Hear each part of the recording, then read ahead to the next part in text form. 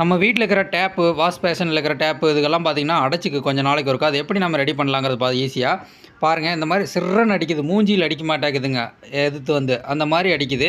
எப்படி ஈஸியாக ரெடி பண்ணலாம் பார்க்கலாம். இந்த மாதிரி கட்டிங் ப்ளாயரில் எடுத்து தலையில் கழட்டி விட்டுங்க. கழட்டி விட்டு இந்த மாதிரி கையில் கழட்டி எடுத்துகிட்டு பாருங்கள், உள்ள டஸ்ட் இருக்குது. பேக் சைடு பார்த்திங்கனாலும் டஸ்ட் இருக்குது. எப்படி ஈஸியான வழியில் இது பண்ணலான்னு பாருங்கள். டஸ்ட்டு பாருங்கள் எவ்வளோ தூரம் அந்த கரை பிடிச்சிருக்குன்னு பாருங்கள். இது எப்படி ஈஸியாக நீங்களே ரெடி பண்ணலாங்கிறத பாருங்கள். ஈஸியாக ரெடி பண்ணி தண்ணி வர வச்சிடலாம். பார்த்திங்கன்னா நம்ம ரேடியேட்டர் க்ளீன் பண்ணுற ஆசிட்னு கடையில் விற்பாங்க. ரேடியேட்டரு க்ளீன் பண்ணுற கடையில் அங்கே போய் வாங்கிட்டு வந்துடுங்க. ஒரு 1/4 லிட்டர் வாங்கினீங்கன்னா ஒரு 40 ரூபா கேட்பாங்க. அது வாங்கிட்டு வந்து இப்படி ஊற்றினோம்னா போதுங்க. இந்த மாதிரி பொங்கி அதில் இருக்கிற அந்த இதை பூரா டஸ்ட்டெல்லாம் அரிச்சு எடுத்துரு. அது வந்து கையிலுக்கு எந்த விதமான பாதிப்பும் இல்லைங்க. ரேடியேட்டர் டஸ்ட்டு லேசாக கையை எறிங்க. தண்ணியில் பட்டுதுனாவே அதனோட தன்மை போயிடும். இப்போ பாருங்கள், ரெடி ஆகிடுச்சு. சூப்பராக தண்ணி வருது பாருங்கள்.